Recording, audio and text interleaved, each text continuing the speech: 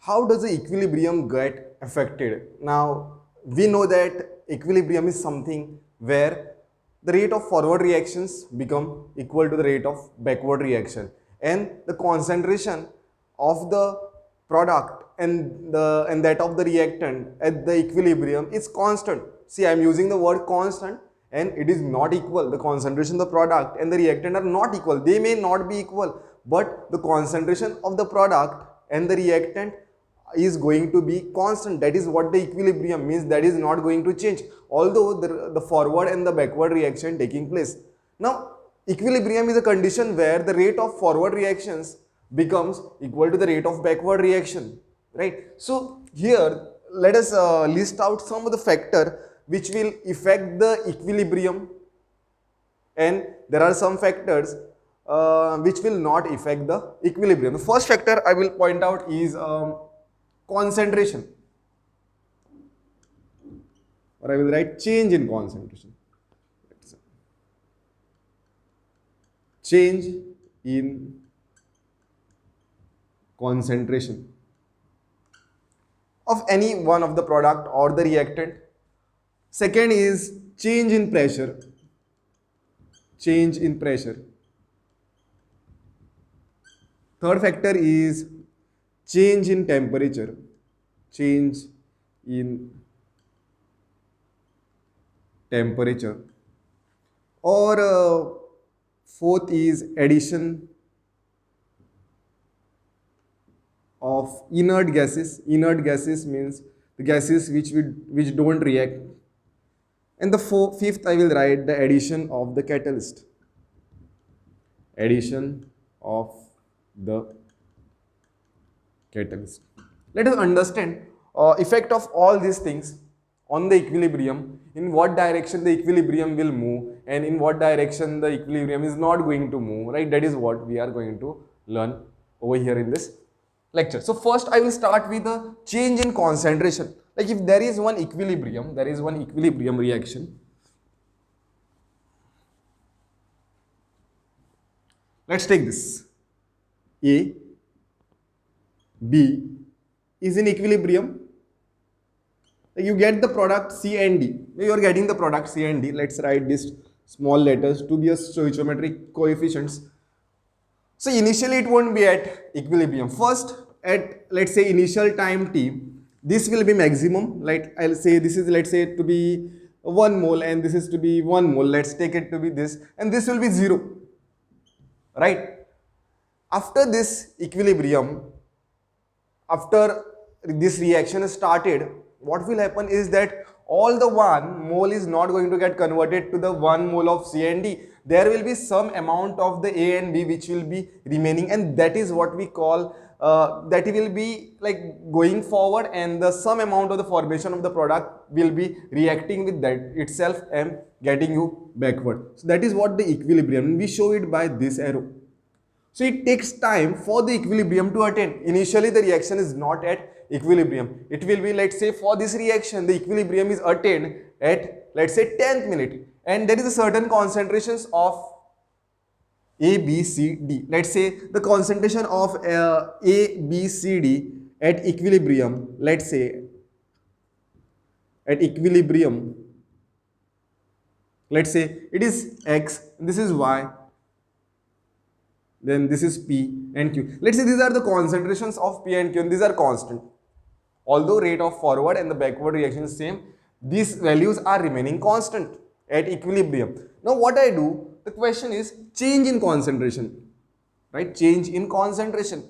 Now what I do, I add some amount of the C. Now I add some amount of the C in the reaction mixture. See, reaction mixture means it will be done in one reaction mixture. It would be one beaker, or in one test tube one reaction will be happening. Means all this A, B, C, D will be in one reaction mixture, but I am adding, since there is formation of the C, and I am adding more amount of the C from external source. What will happen in that case? The equilibrium will be getting disturbed. Equilibrium will be getting disturbed means here there is no equilibrium concentration. It is like a balance. So here there is more concentration of the C. That's why equilibrium will shift in a backward direction.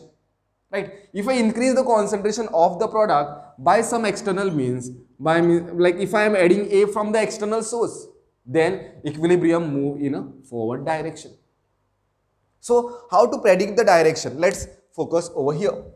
Let us focus over here, that if you add the if you increase concentration of reactant, then what happens? Equilibrium shifts in a forward direction. Equilibrium shift in a forward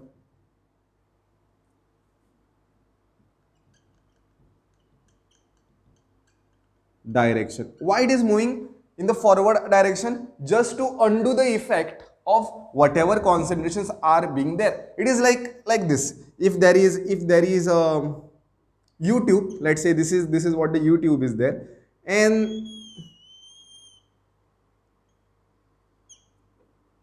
let's take it this way.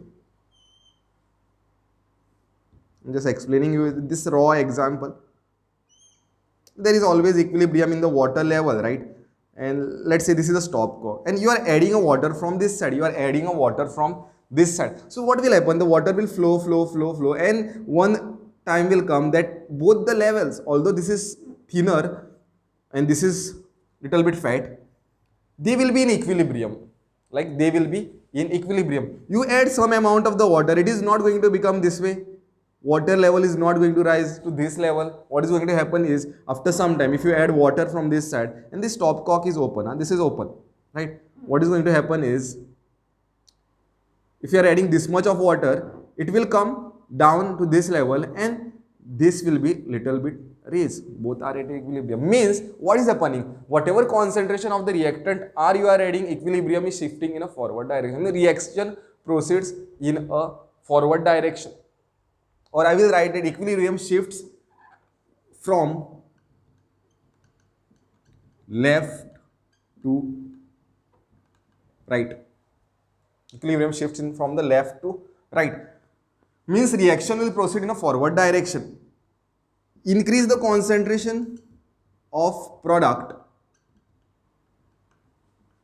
equilibrium, or one more condition I will say that decrease the concentration of the product, then also this is going to happen. Equilibrium shifts from a left to right. If you decrease the concentration of the product, means if your whatever amount of the C is formed, you are removing that.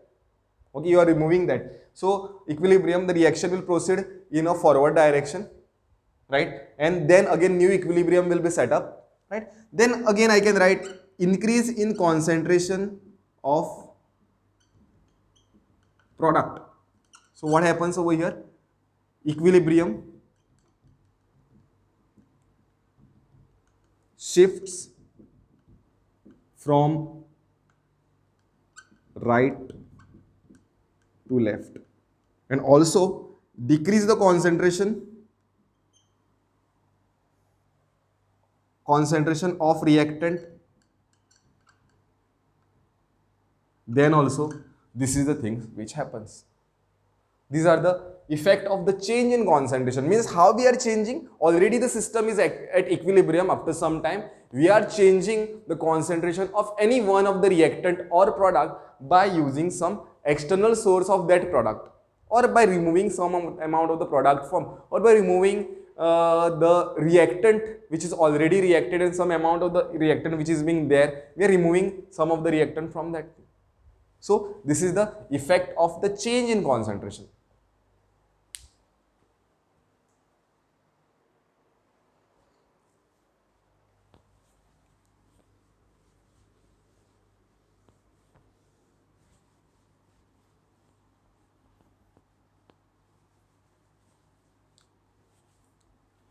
Let's take one example for this change in concentration. What is this application? Why do we have to change the concentration of the reactant or the product just to shift the equilibrium? I mean, what is the application of shifting the equilibrium? If equilibrium shifts, then what is the advantage? Okay, that is what we are going to learn over here. The thing is very simple. I'll take one calcium carbonate, limestone. This is solid. If I take this decomposition reaction, like this is getting decomposed and it is in equilibrium with calcium, that is lime you are getting, and a carbon dioxide gas, right? This is a reaction. Whenever I say a equilibrium reaction, the condition should be that it should be in a closed system. The reaction should be taking in a closed system, means no gas, the gas which is formed, it should not escape out, isn't it? So what is happening? Calcium carbonate is there, the calcium oxide is there, and there is certain amount of the carbon dioxide gas. Now, this is a closed system. This is a closed system in which these two products are formed and these are in equilibrium.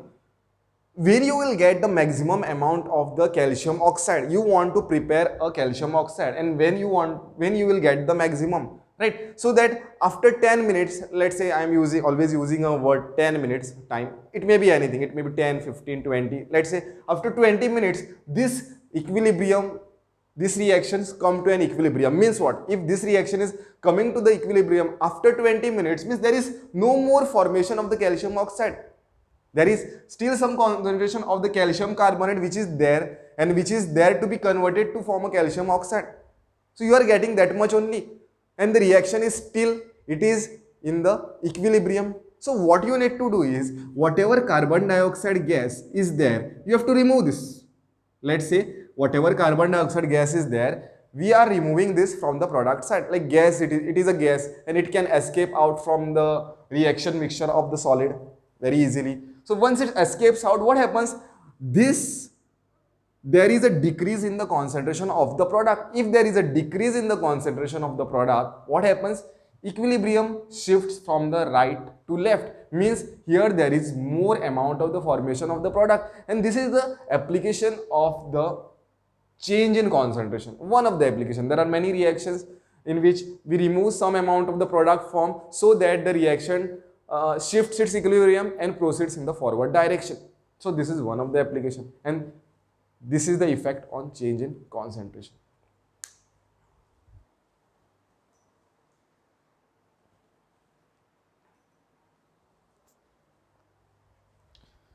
Next is effect of pressure. Second is effect of pressure on equilibrium. On equilibrium. The first condition for the pressure to have some effect on the equilibrium, it should be a gaseous reactant or the product. The condition is that if you want to have some effect on the equilibrium, so that equilibrium should shift in the forward or the backward direction, the reaction should proceed more towards the forward or the backward direction, then the first condition it is that it should be a gaseous reactant. Gaseous reactant or product. Gaseous reactant or product. This is the first condition. Okay, there are more conditions, and that is how let us understand with respect to that. I will take one general equation A. This is gaseous. This is reactant B. This is also gaseous state, gas state. This is in equilibrium with C plus D. This is also in gaseous state. I'll say that when number of moles, right, this A, B, C, D are stoichiometric coefficients, small a, b, c, d are stoichiometric coefficients, which represents a number of moles. So over here, whenever A plus B, that is number of moles of the product, are more than, let's say number of moles of reactant are more than number of moles of product. This is what I am saying. This is condition 1. Or I will put, this is to be a condition 1. This is one possibility, that sometimes we get the number of products to be in the gaseous reactant, it may be less than what is there in the product. So pressure of the system depends upon the number of moles of gaseous product, right? More is the number of moles of the gaseous reactant in the product. What happens is that there is increase in the pressure. Like here in this condition, A plus B is having the lesser number of the, more number of the reactant, and the product which is formed at the equilibrium, like initially it was having the, let's take one example. Let's take one example which illustrates this. Let's take this. N2, this is gas. 3H2, this is gas. This is in equilibrium with NH3. Over here, number of moles of gas, what you are getting is less, just 2 moles. Initially, there were 4 moles, right? Initially, there were 4 moles which were reacting. You are just getting 2 moles. Means at equilibrium, initially there will be high pressure. Initially, when the reaction started, there will be a high pressure of the system because there are 4 moles. But when the product is formed, the ammonia is formed and it is in equilibrium, that time the pressure will be less of the system, because pressure is directly proportional to the number of moles of the gaseous reactant, right? So at equilibrium, the system will be at lower pressure. Now you are disturbing the equilibrium. Now this is in equilibrium. Now you are disturbing the equilibrium by increase in pressure. So if you have increased the pressure, system wants to come back to it, like there should be a decrease in the pressure, right? So whatever pressure you have applied, and if that is higher, right, there is a higher pressure, system now is at a higher pressure. So just to undo that effect, what will happen? More amount of the product will be formed. More amount of the product will be formed because it creates lesser number of the product after the reaction. So if it is creating lesser number of the products, whatever pressure you have applied, that will decrease. So it is going to get back to the equilibrium. Means whenever this is A plus B is greater than C plus D, I mean this number of moles, that time if you increase the pressure, equilibrium shifts from, if you increase the pressure or pressure, I will show this way, you increase the pressure, equilibrium shifts from right to left. If you decrease the pressure, equilibrium shifts from left to right. This is what is happening, just to undo the effect of what is being formed. Like this is one condition. The next condition is when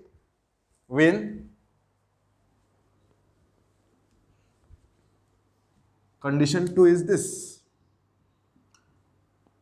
When this is more, the number of the products which are formed, let's say, of the product are higher. Means if it is PCl5, let's say decomposition of the PCl5, this is a gas and it is forming PCl3, this is also a gas, and this is Cl2 which is gas. Here there was 1 mole in the reactant side, in the product side you are getting 2 moles. So what will happen? At the initial stage, when the reaction started, the system is at lower pressure. When the reaction proceeds at equilibrium, the system is at higher pressure. So here, why it is at higher pressure? Because there are more number of moles. Like pressure of the system, partial pressure or the total pressure of the system depends upon the number of moles. There are more number of moles are formed over here. There are 2 moles, 1 and 1, 2 moles of the gaseous are formed. So C plus D is greater than A plus B. In that case, if you increase the pressure, what will happen? Equilibrium will shift from the left to right, just to undo the effect, right? So here, if pressure increases,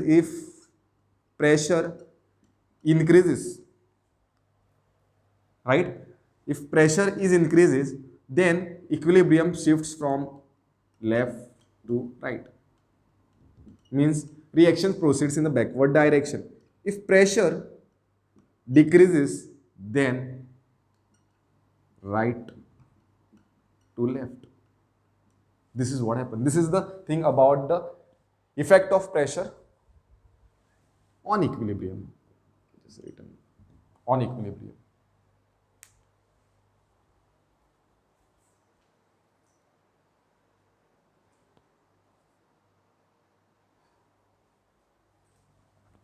Condition 3. Condition 3 is that condition 3 is this: number of moles of reactant and the product are same. Number of moles of reactant, gaseous reactant I mean. Condition is that there should be a gaseous reactant and product, then only it will have the effect of pressure. The equilibrium will shift. If it is not a gaseous reactant, if it is solid and liquid, it will not have any effect of the pressure on equilibrium. So if both these things are equal, then there won't be any effect on equilibrium by change in pressure, by change in pressure. Simple.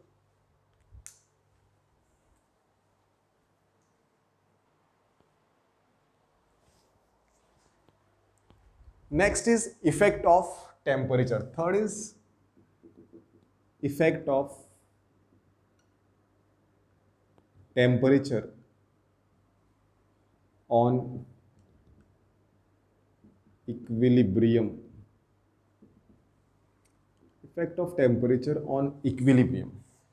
Now, generally speaking, there are two types of reaction. One is exothermic and the other is endothermic reaction. Okay, these are the concepts from the thermodynamics. So, exothermic reaction means what? The reaction proceeds and there is some amount of heat is given out. The heat is given out means what? I can consider that product in product side there is some amount of the heat, right? That is what it means. Like exothermic reaction, if I want to write exothermic reaction, then it will be this: A plus B giving you C plus D plus some amount of the heat. This is what the exothermic reaction is, right? What is about endothermic reaction? Endothermic reaction, we can write like here delta H is negative, enthalpy is negative for this.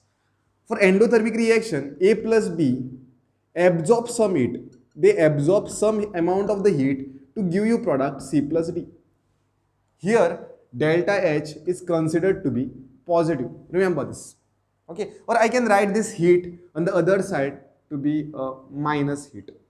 You can write it this way also, but it will be good if you write heat. Now we are talking of the equilibrium. What is the meaning of again equilibrium? There will be certain amount, maximum amount of the product will be formed, or little amount of the product will be formed and more amount of the reactant will be left.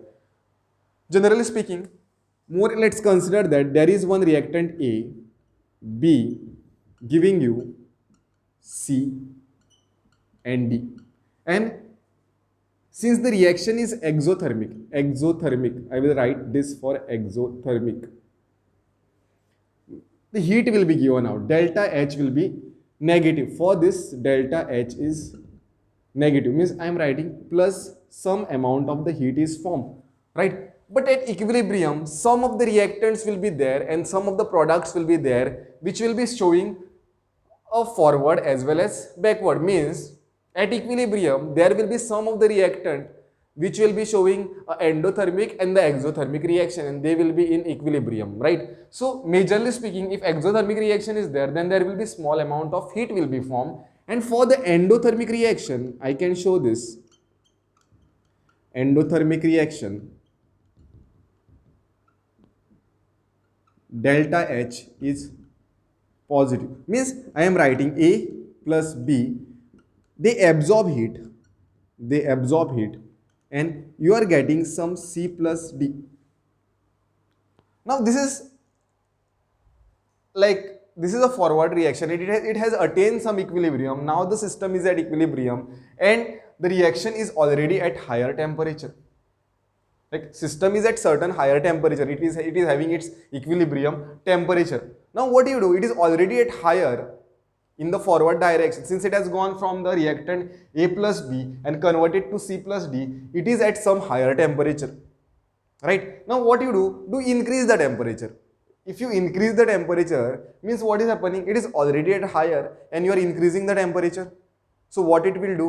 To get down the temperature to the little lower, means to get its to the equilibrium value, it will undo the effect. What is the meaning of undo the effect? It will equilibrium will shift from left to right.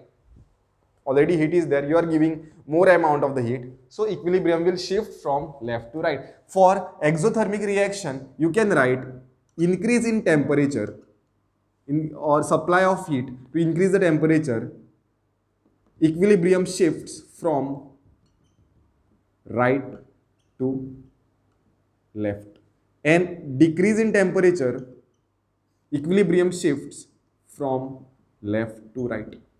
For a exothermic reaction, remember this. What about endothermic reaction? It is opposite. For endothermic, delta H is positive. It is opposite. Like already heat is there, A plus B, the product will be formed. Heat will be absorbed. You increase the temperature, you are increasing, like reactants are already at a higher temperature. They have absorbed and you are increasing the temperature. Just to undo the effect, this will shift in a right direction. So increase the temperature, increase, equilibrium shifts from right to left, right to left, and you decrease the temperature, equilibrium shifts from left to right. So these are the conditions, or these are the effects of a increase in temperature on equilibrium. Now what is remaining is this, Le-Chatelier's principle. What does it say? Le-Chatelier's principle, for all these changes, that is change in concentration, change in pressure and change in temperature, we almost understood what is Le-Chatelier's principle without taking the name of the principle. Now I'll tell you what is Le-Chatelier's principle. We have already applied it. Le-Chatelier's principle says that whenever we if any system is there and if we subject that system which is already at an equilibrium to change in concentration or change in pressure or change in temperature, the equilibrium will shift in such a direction just to undo the process. Undo the process means just to nullify the process.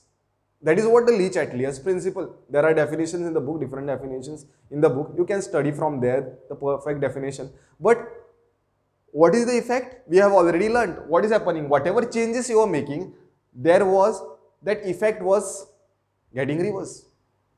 So whenever system is at equilibrium, you disturb the equilibrium by increase in pressure or increase in temperature, or I can say a change in pressure or change in temperature or change in concentration, the equilibrium will shift in such a direction just to undo the effect whatever you are doing. That is what the Le-Chatelier's principle is. These are the effects of three things. One is temperature, pressure and the concentration. Let's go ahead with what happens to the equilibrium constant when we add catalyst. Now what is the meaning of the catalyst? Catalyst is something which increases the speed of the reaction. Catalyst is the reagent which increases the speed of the reaction, right?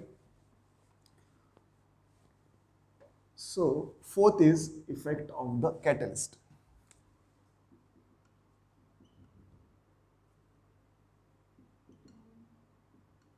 Effect of catalyst on equilibrium.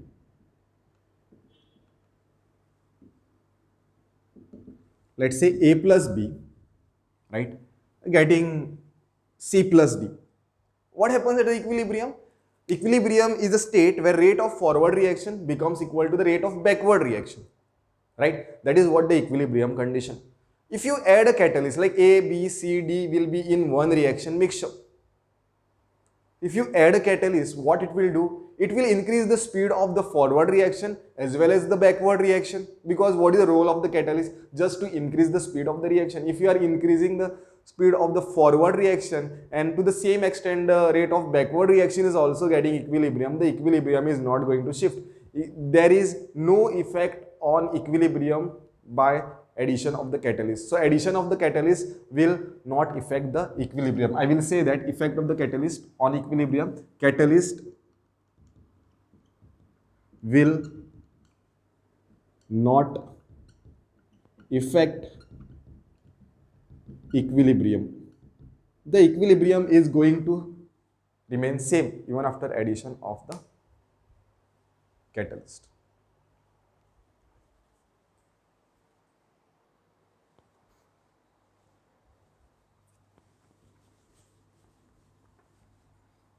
Fifth is effect of addition of an inert gas. Effect of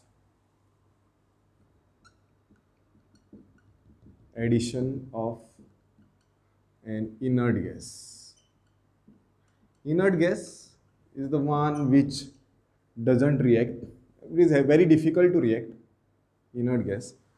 So inert gas could be added at constant volume or at a constant pressure. These things are very simple. If you are adding an inert gas at a constant volume, then there won't be change in concentrations, right? So there won't be any effect on the equilibrium. If you are adding a inert gas at a constant pressure, if the pressure is constant, then the volume may vary, volume may increase, right? And it will have the effect on the equilibrium if you are adding the inert gases at a constant pressure.